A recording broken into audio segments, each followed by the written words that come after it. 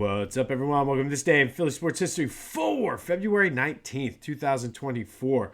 I'm your host, Jim Montgomery. Happy President's Day. Hopefully it's a day off for you and you have something fun planned. Maybe you're going out shopping for a new car or a TV or something, hitting up the President's Day sale. But I thought we'd have a little bit of fun with presidents today, and we'll start right off with today's question of the day. And I went through it. It was hard to find a list of this.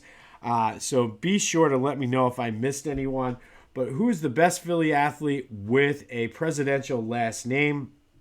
The list I came up with was Deshaun Jackson, Steve Van Buren, Bobby Taylor, or Lane Johnson. If I missed anyone, let me know. My vote probably would go out to Steve Van Buren.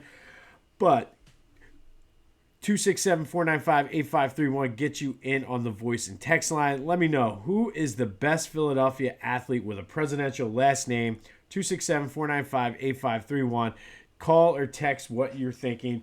Those are four that I thought of just off the top of my head.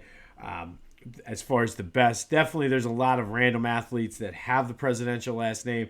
So let me know what you're thinking. Who is the best Philly athlete with a presidential last name? 267-495-8531. And to recap yesterday's question of the day, I asked what we were watching, whether it was the Daytona 500, the NBA All-Star Game, or college hoops, or something else. Became a moot point when the Daytona 500 was pushed back to today due to weather. But a lot of love, it was split between the two, but a lot of love for the Genesis Invitational.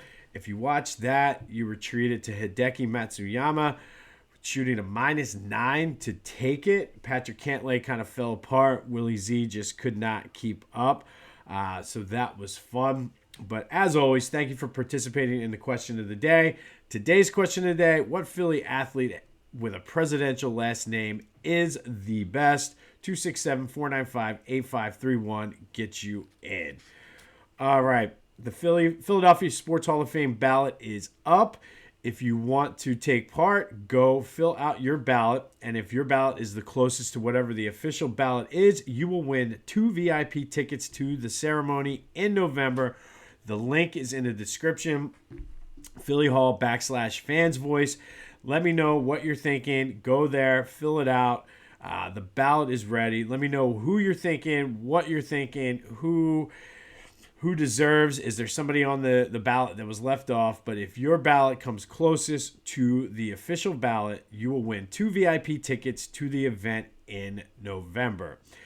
All right, be sure to like and subscribe to the YouTube channel. Let's get up to 100 subscribers.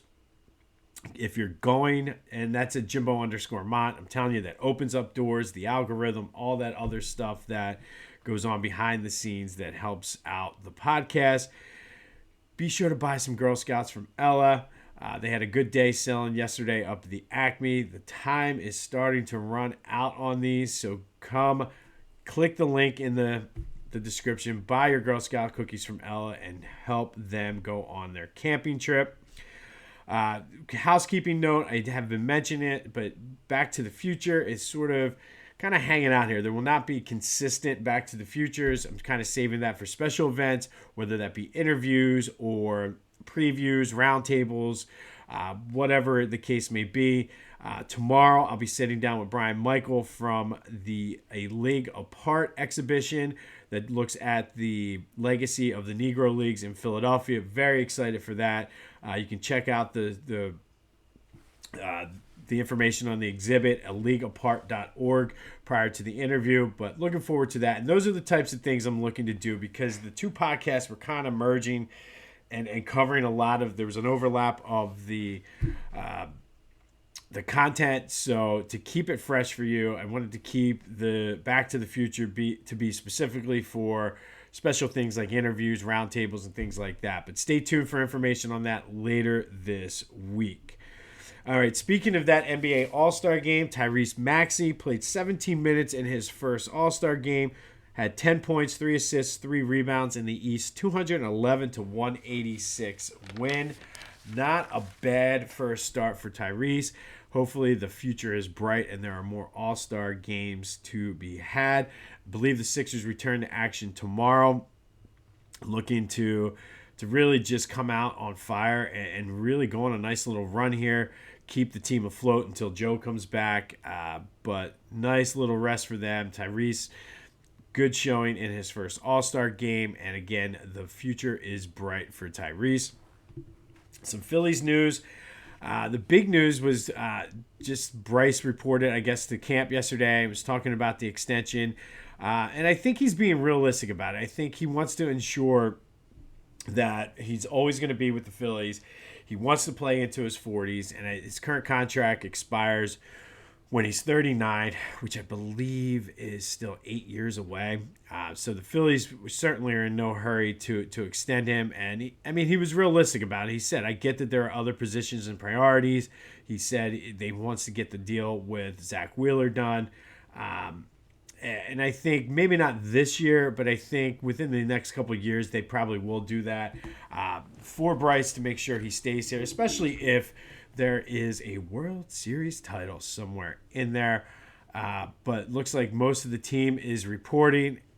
Next week starts the spring training games, and I can just smell it. I can hear the pop of the glove. Super, super excited to get things done. All right. Spring training means St. Paddy's Day is around the corner, and go to phillygoat.com if you want to look good and have be the talk of the bar wherever you're going. Go to phillygoat.com. They have the PHI Shamrock t-shirts. They have the Fire shirts. They have Molly Maguire's, and then you match it up with the McGillen's canvas loafer shoes. Phenomenal. Go check them out. Use the promo code Jim Montgomery for 10% off your order. Get your stuff for St. Paddy's Day and the Phillies while you're at it.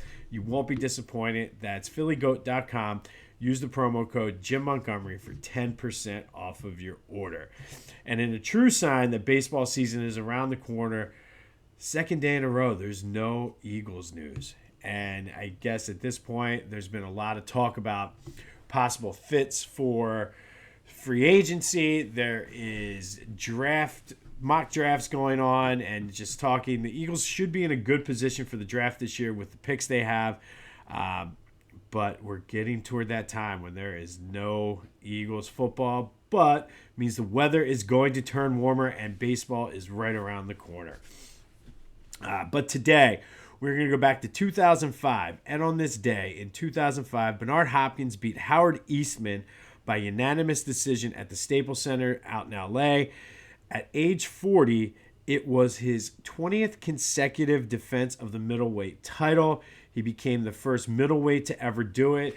The only other person to ever do that, I believe, was, and I had this written down and I can't find it. I believe it was Larry Holmes, but I could be wrong. But Bernard Hopkins became the first middleweight to defend his title 20 consecutive times on this day by beating Howard Eastman by unanimous decision. He would go on to lose his next two fights, losing that title to Jermaine Taylor. After those two fights, he moved up to a light heavyweight where he did win a couple of more titles and just set more records. One of the best to ever do it. He was just inducted into the Philadelphia Sports Hall of Fame this past fall. But on this day in 2005, it was Bernard Hopkins beating Howard Eastman by unanimous decision at the Staples Center in Los Angeles at age 40 for the 20th consecutive defense of that middleweight title. All right, finally today, our Philly Sports Black History Spotlight is Billy White Shoes Johnson, somebody you probably heard of and never realized was from the area. He is a Marcus Hook native and went to Chichester High School. He got the nickname White Shoes because he dyed his shoes white as part of a dare in high school, and it was a name that just always stuck. For college, he went around the corner to Widener and played Division III ball. While at Widener, he was the 1972 AP College Division All-American, or a College Division All-American. For the 72 and 73 season, he was the Little All-American, which is for Division II and Division III schools.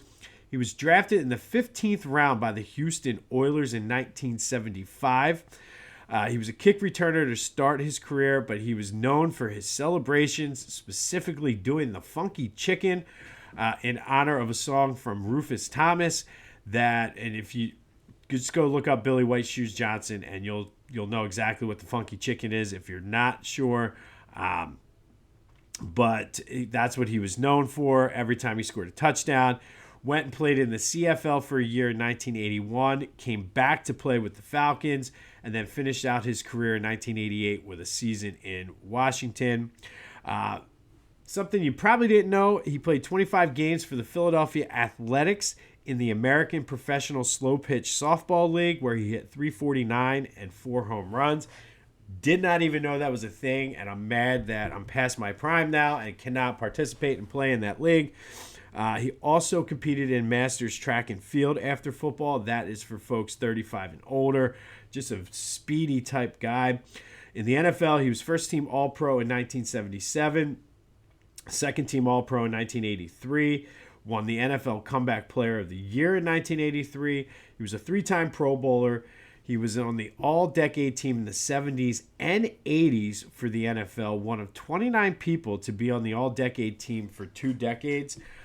Not too shabby. He's on the 75th and 100th anniversary all-NFL teams. He is in the Titans/Oilers Ring of Honor. He is a College Football Hall of Famer, a Philadelphia Sports Hall of Famer, and unfortunately the only person on the NFL's 75th anniversary team not in the Hall of Fame. He just missed out again this year on the senior committee. I believe he will still be on the ballot for next year as well because he made it to the finals. They put a statue of him up in Marcus Hook. He is one of the best return specialists ever, not named Devin Hester. And maybe now that Devin Hester is in the Hall of Fame, it's going to open up room for a guy like Billy White Shoes Johnson, who before Devin Hester was Devin Hester, Billy White Shoes Johnson was Devin Hester. But today's Philly Sports Black History Spotlight is Billy White Shoes Johnson, Marcus Hook native and Chichester graduate, went locally to college at Widener, played a heck of a time in the NFL for the Houston Oilers, the Atlanta Falcons, and 1 year in Washington. One of the best return guys to ever do it. Probably, again, though, more known for his celebrations. And I'm telling you, if you look up Rufus, excuse me, if you look up Rufus Thomas and the Funky Chicken, you'll know exactly the dance. And you could probably picture Billy White Shoes Johnson doing the dance as we speak. On this day in 2005, Bernard Hopkins beat Howard Eastman by unanimous decision to extend his consecutive middleweight title defenses to 20. It would end because he lost his next 2 fights to Jermaine Taylor before moving up to be a light heavyweight. Phillies practicing today. Sixers and Flyers both off. Kind of a quiet day.